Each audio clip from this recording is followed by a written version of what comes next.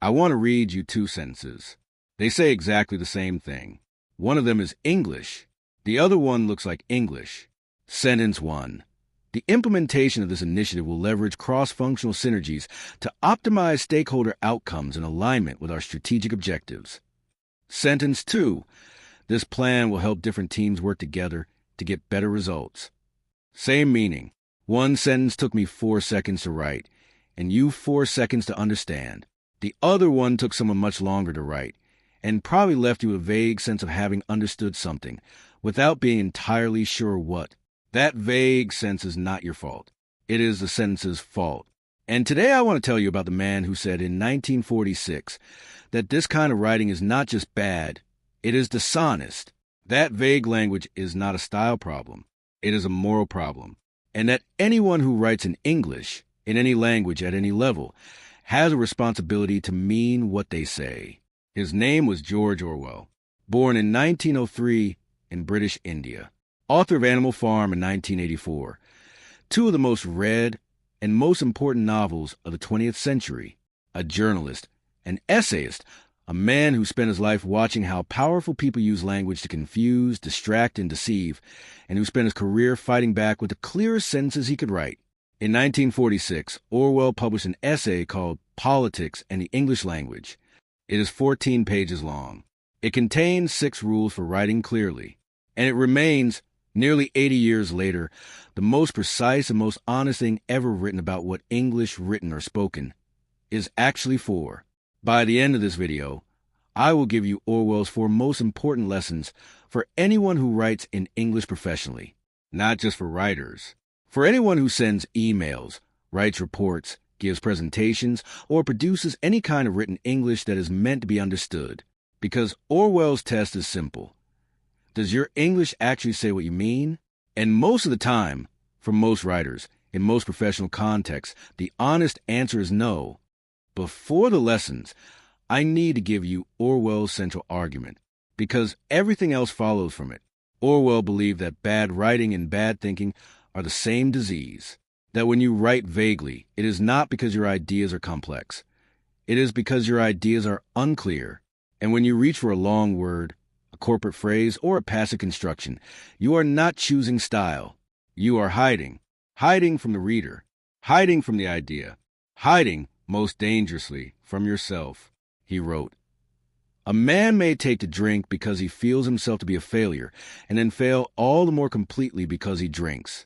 Much the same thing is happening to the English language. It becomes ugly and inaccurate because our thoughts are foolish, but the slovenliness of our language makes it easier for us to have foolish thoughts. Language and thought, Orwell argued, are not separate. The way you write is the way you think. And if you write vaguely, you think vaguely.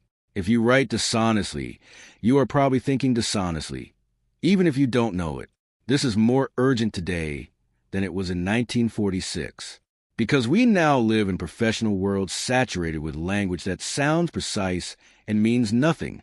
Synergies, leverage, optimize, holistic approach, going forward, circle back. These are not words. They are sounds. They fill space where meaning should be. And when everyone around you uses them, it becomes nearly impossible to know whether you are communicating or performing. Orwell's rules are the test. Apply them to anything you write in English, and find out which one you are doing. Rule 1. Never use a long word when a short one will do. This is the simplest of Orwell's rules, and the most broken. In professional English, there is constant pressure to sound sophisticated, to use a vocabulary of authority, the language of people who know things. And that pressure produces sentences like this. We will endeavor to facilitate the implementation of the aforementioned recommendations in a timely manner. What that sentence says, we will try to do what we discuss quickly. Every long word in the first sentence has a shorter equivalent. Endeavor, try. Facilitate, help, or do. Implementation, doing or action. Aforementioned, the timely manner, quickly or soon. Orwell's rule is not about using simple words to look humble. It is about using precise words to be understood.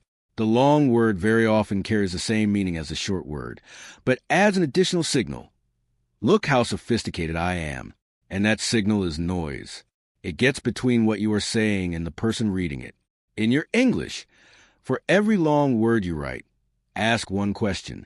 Is there a shorter word that says the same thing? If yes, use it without apology. The shorter word is not the less impressive choice. It is the more honest choice. Rule 2. Never use the passive when you can use the active. This rule sounds technical. It is actually about accountability. The active voice says, someone did something. The manager canceled a meeting. The team missed a deadline. I made the decision. The passive voice says, something was done without saying who did it. The meeting was canceled. The deadline was missed. The decision was made. Notice what disappears in the passive. The person responsible. The passive voice is the grammar of evasion.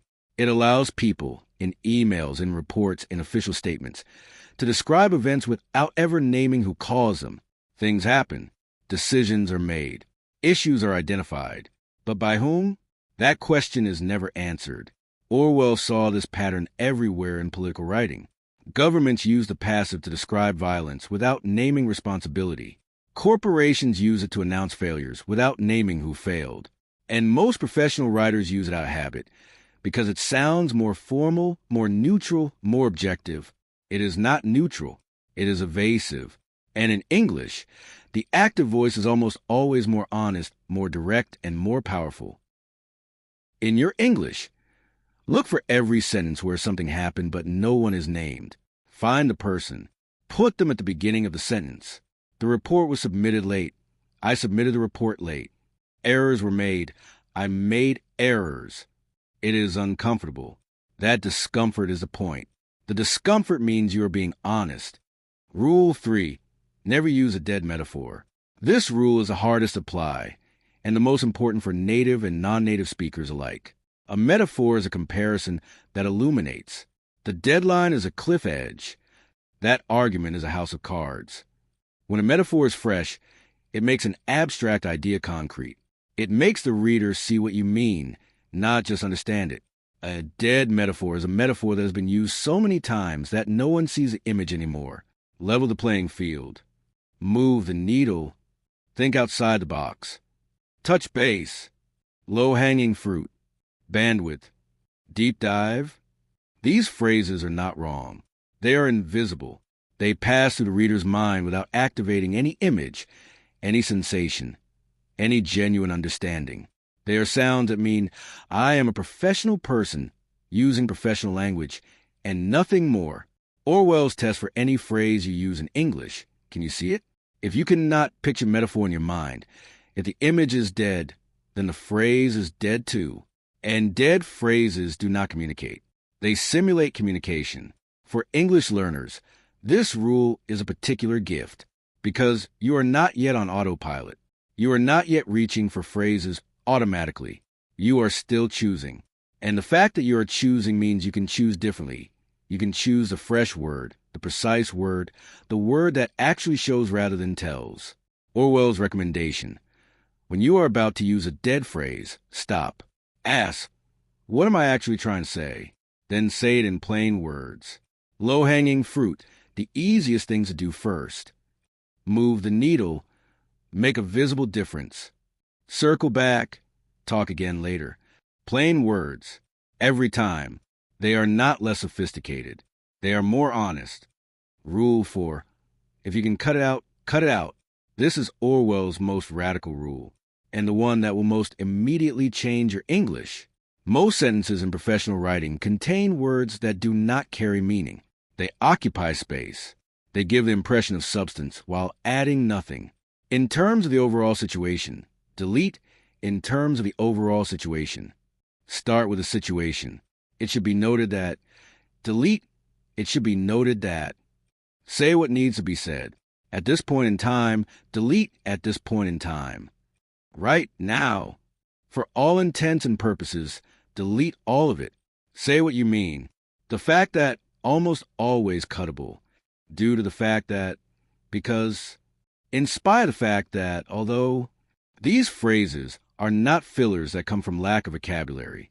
They are fillers that come from uncertainty. When a writer is not sure the idea is strong enough to stand alone, they surround it with words. They build scaffolding around a sentence to make it look more substantial. And what they produce is a sentence that looks full and is empty. Orwell's instruction. After you write any sentence, ask yourself whether any word can be removed without changing the meaning. If yes, remove it. Every word that survived the cut is stronger because of the words that were removed. This is different from Hemingway's approach, though the result looks similar. Hemingway cut for rhythm and power. Orwell cut for honesty. Hemingway said, short sentences are more beautiful. Orwell said, unnecessary words are small lie. You are claiming to say something that you are not saying. Every cut is a step toward meaning what you write. Let me give you the Orwell test now. Here is a paragraph from a real type of professional email, anonymized but completely typical. Going forward, it is important that we leverage our existing capabilities to ensure that we are able to deliver on our commitments to key stakeholders in a timely and efficient manner, while also taking into account the need to maintain alignment with our broader strategic objectives. Apply the 4 rules. Replace long words with short ones. Make passive constructions active. Remove dead phrases. Cut every word that doesn't carry meaning. Here is the Orwell version. We need to use what we have to deliver on our promises, without losing sight of our strategy. 48 words became 14. Every word in the second sentence is there for a reason. The reader knows exactly what is required. There is nowhere to hide, and nothing to hide behind. That is what honest English looks like. Your challenge: take the last formal email or report you wrote in English. Apply the 4 rules. Find every long word with a short equivalent. Find every passive with a person missing. Find every dead metaphor. Find every word that can be cut. Then write the Orwell version. Paste both versions in the comments, the original and the rewritten one. I will read every single one, and I will reply to the ones where the rewrite is honest enough to be uncomfortable. If Orwell changed how you will write English from today forward, subscribe. Turn on the bell, because next week we go somewhere completely new. Not a writer, not a philosopher, not a politician. A woman who walked into the most powerful rooms in the world as the first of her kind, in almost every room she entered, and who chose in those rooms to speak not with the voice those rooms expected, but with her own. Michelle Obama.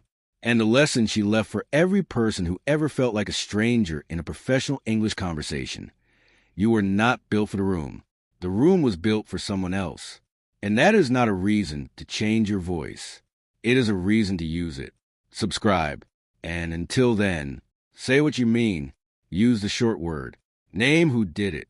Cut the rest. Like Orwell. I'll see you next week.